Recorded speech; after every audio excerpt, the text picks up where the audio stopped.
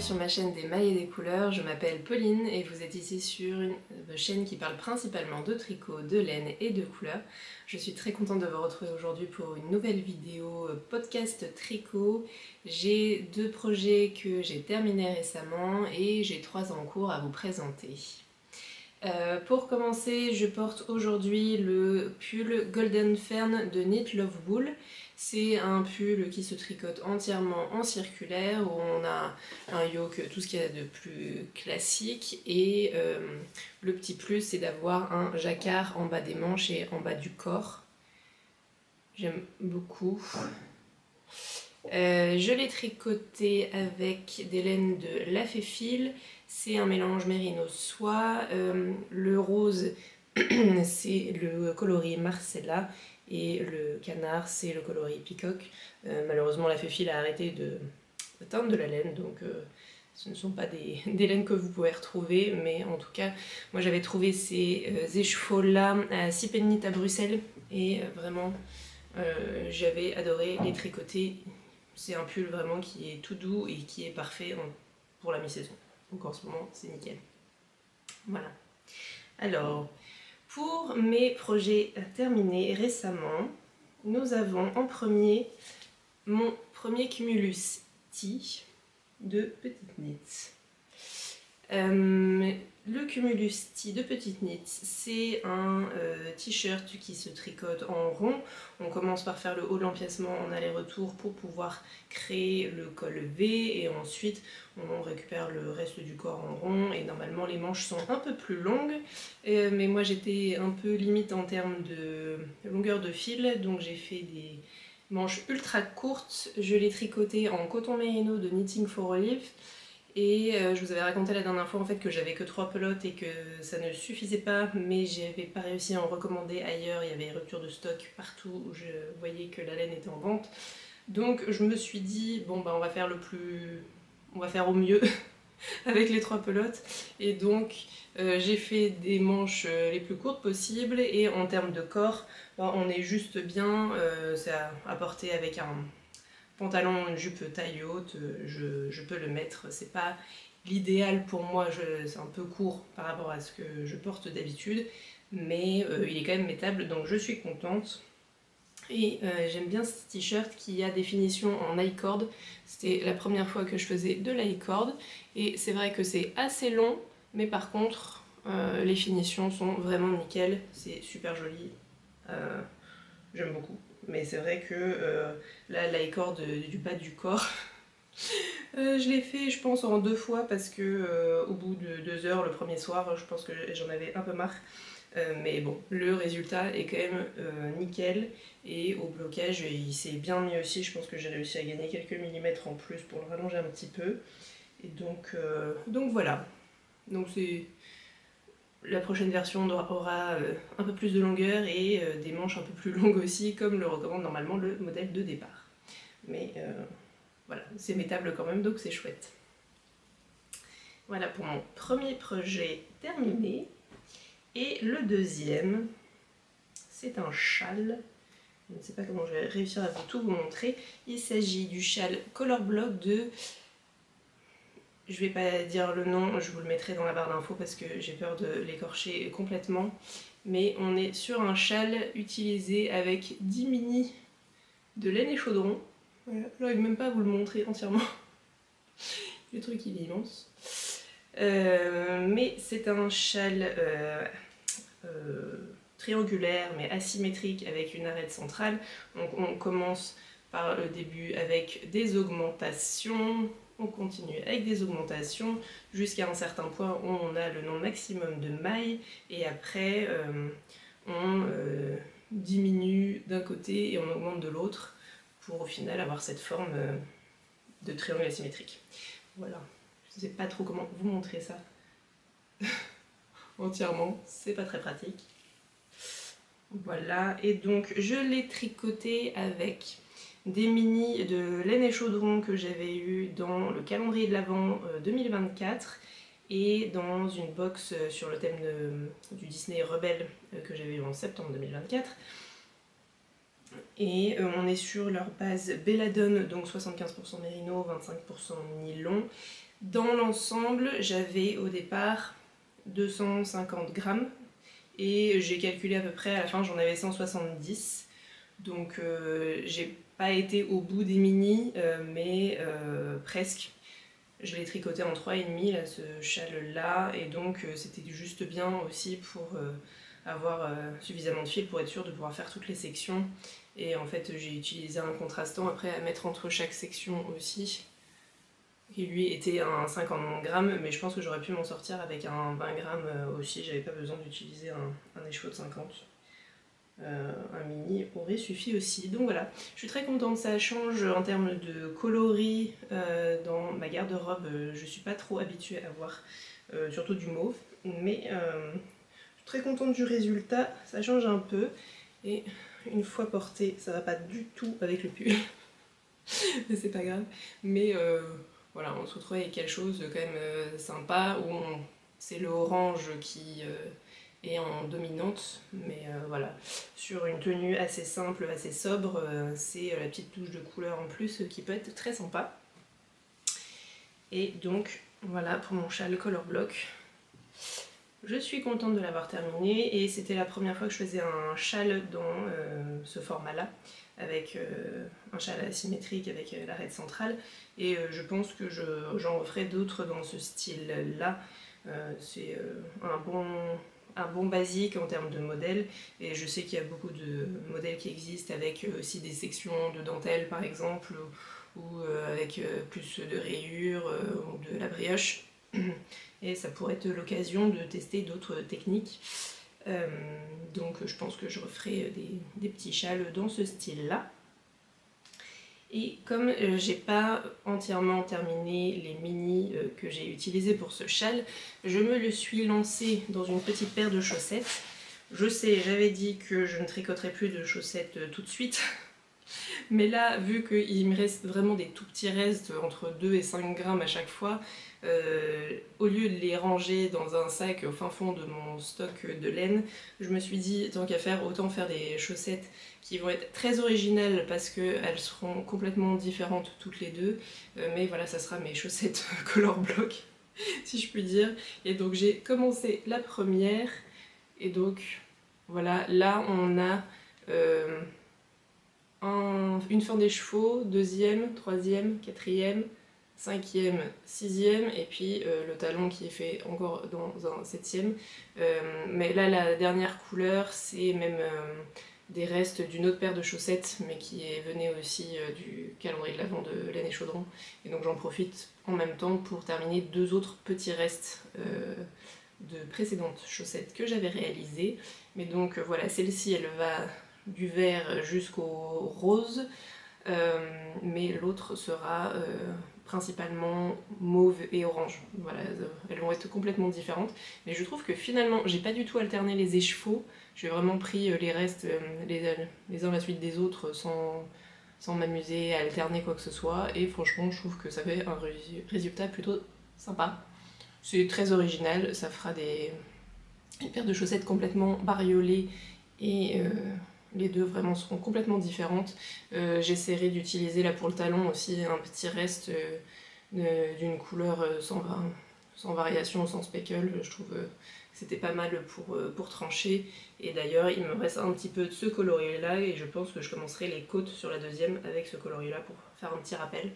Mais voilà, l'idée est d'aller vraiment jusqu'au bout de tous ces petits écheveaux pour n'avoir aucun reste et pouvoir me dire que vraiment j'ai utilisé ma laine jusqu'au bout, et ça c'est vraiment très satisfaisant. Là déjà d'avoir fini les 5 premiers petits restes, c'est chouette. Du coup j'ai plein de fils à rentrer, mais bon. Voilà, donc c'est ma petite paire de chaussettes qui est hyper satisfaisante à faire parce que je finis les couleurs et puis en plus ça change de couleur, donc c'est rigolo. Voilà, c'est original. Et je fais toujours le même modèle, c'est le Basic 4-ply de Winwick Mum. Et donc là c'est toujours la base Belladone de Laine et Chaudron. Et voilà, ça m'a pris comme ça, c'était le petit caston pas prévu du tout, mais j'ai essayé de ranger vaguement mon stock de laine, et au lieu de ranger voilà, tous mes restes de mini, je me suis dit allez, je fais des petites chaussettes. Voilà pour mon tricot chaussette. Nous avons ensuite, comme deuxième en cours, un deuxième Cumulus Tea de petites nits. Après, on est sur une couleur très foncée, donc je ne sais pas trop ce qu'on va réussir à voir. Mais pour l'instant, j'ai fait l'empiècement. J'ai fait tous les rangs en aller-retour pour créer le col V. Et là, j'ai pas... Si, j'ai fait la séparation pour les manches et le corps. Donc j'ai tout juste commencé le corps pour l'instant. Et voilà, là je vais pouvoir partir pour un long moment de mode pilotage automatique pour faire le corps parce qu'on est sur des aiguilles 3. Et là je tricote cette fois-ci, le premier c'était en coton mérino de Knitting for Live. Et cette fois-ci on est en pur silk de Knitting for Live. Je vais faire le focus. Donc la pure silk de Knitting for Live, c'est 100% de bourrette de soie. On a 250 mètres pour 50 grammes avec des aiguilles 3. Et là pour le coup j'ai pu racheter une nouvelle pelote qui n'est pas dans le même bain mais que j'utiliserai donc pour faire les finitions en high-cord et les manches. Et donc là je pourrais avoir plus de longueur.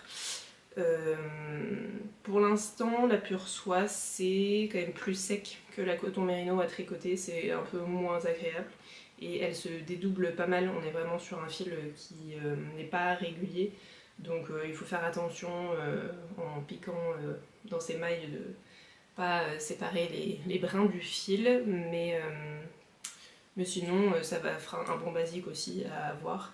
Et si à un moment là j'ai besoin d'avoir un tricot en mode complètement pilotage automatique mais en ayant un peu de lumière tout de même parce qu'on est sur presque noir, oui c'est le coloris coal, donc charbon en français, de la marque.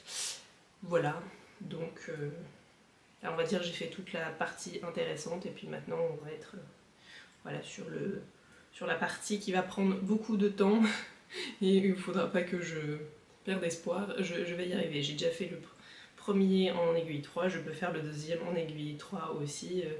Il faut juste se trouver une bonne série ou un film à regarder et mettre le pilotage automatique. Voilà, mais je suis très contente de l'avoir bien avancé. C'était vraiment deux basiques que je voulais rajouter à ma garde-robe en termes de top d'été et donc c'est parfait, voilà, comme ça j'en aurai un écru et un presque noir. Ça c'est nickel et vraiment le modèle est tout à fait accessible à tous. Il n'y a pas de difficulté particulière. Voilà, je vais juste regarder un ou deux tutos pour faire la high-cord, mais c'est vraiment pas difficile, ça prend juste pas mal de temps plus que rabattre des mailles simplement, mais voilà, en termes de finition il est vraiment super sympa. Voilà. Et sinon je continue dans ma lancée de haut d'été, là vraiment je suis à fond là-dessus et en même temps c'est aussi une acquisition récente. J'ai reçu récemment deux écheveaux de Merino Tencel de Yarn by Simon. Donc on est sur du 50% Merino, 50% Tencel, c'est un fil sport, il y a 333 mètres pour 100 grammes et là on est sur le coloris Blue Hotel. Et il est vraiment très très joli. Et j'en profite avec ce fil pour me faire donc un autre ODT qui est le Sensé de Atelier Émilie.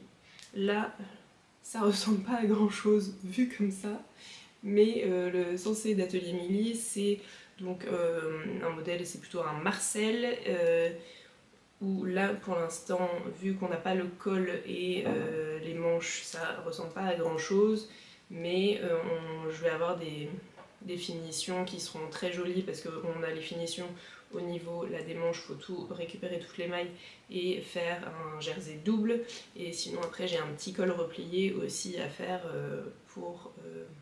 voilà, pour le col, pour que ça fasse de jolies finitions. Et voilà, il avance tranquillement mais sûrement. Et, là on est sur des aiguilles 3,5, donc il avance un peu plus vite que le Cumulus Tea et encore. Mais j'aime beaucoup la couleur et juste le fil glisse beaucoup, donc faut quand même faire attention. J'utilise des aiguilles en métal, donc voilà, faut faire attention à ne pas perdre de mailles, mais il avance bien et c'est vrai que pour l'instant là ça ressemble pas à grand chose, mais quand j'aurai fait les finitions déjà on sera beaucoup mieux.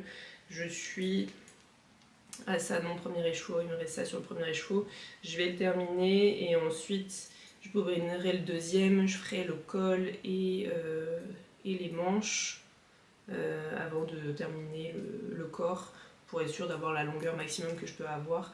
Normalement j'ai largement assez avec les 2 écheveaux, mais voilà, j'aimerais autant ne pas être juste en termes de longueur, donc je ferai les finitions du col et des manches avant de finir le corps. Voilà, mais modèle très sympa.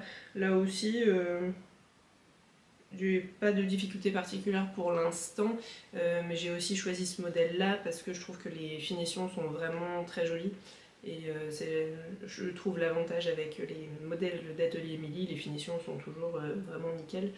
Et je n'avais jamais utilisé ce fil là, le Merino Tencel, donc c'est un bon essai. Et puis je verrai après si je me fais pas d'autres ODT avec le même type de fil.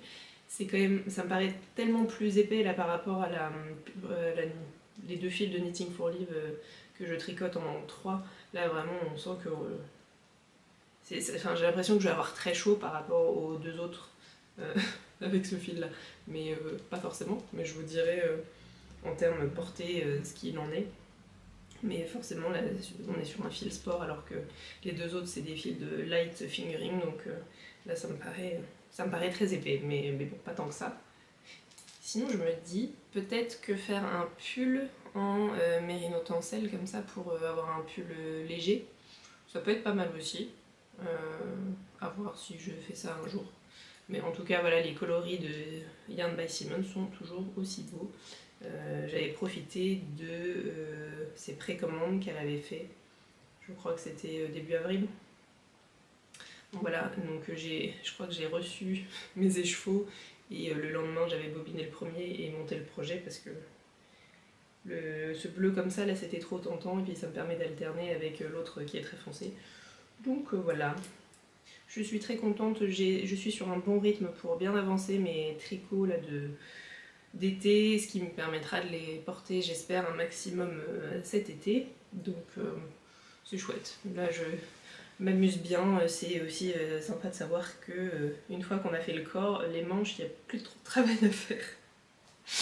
Et voilà, donc je suis là-dessus pour l'instant. J'aurai un autre ODT que j'aimerais me faire aussi en coton Merino Knitting for Live, là encore, mais cette fois-ci en double. Donc je pense que là je serai plutôt sur des aiguilles 4, j'ai pas encore fait d'échantillon, mais je pense que ouais, ça sera plutôt des aiguilles 4, donc ça montera plus rapidement aussi. Et sinon je ne sais pas encore exactement ce que je ferai par la suite. Je laisse l'inspiration venir ou pas, on va voir. Peut-être que je tricoterai un peu moins cet été, je ne sais pas. Je dis ça, mais si ça se trouve, là dans 2 jours, je vais avoir une grande idée et puis je vais avoir envie de le faire tout de suite. On verra bien. Voilà, c'est tout pour moi aujourd'hui. Merci beaucoup pour votre soutien sur ma chaîne. Merci beaucoup pour tous vos likes et vos commentaires. J'ai toujours un grand plaisir à vous lire et à échanger avec vous. C'est vraiment très sympa. Et j'espère que vous allez bien, que vous profitez là du beau printemps que l'on a, que vous avez de beaux tricots sur vos aiguilles. N'hésitez pas à me dire dans les commentaires si là vous avez des projets d'été, lesquels, avec quel fil, qu'est-ce que vous aimez qui est sur vos aiguilles en ce moment. Voilà, ça m'intéresse, peut-être que ça me donnera de l'inspiration aussi. Voilà, donc je vous souhaite un très bon tricot et à la prochaine. Bye.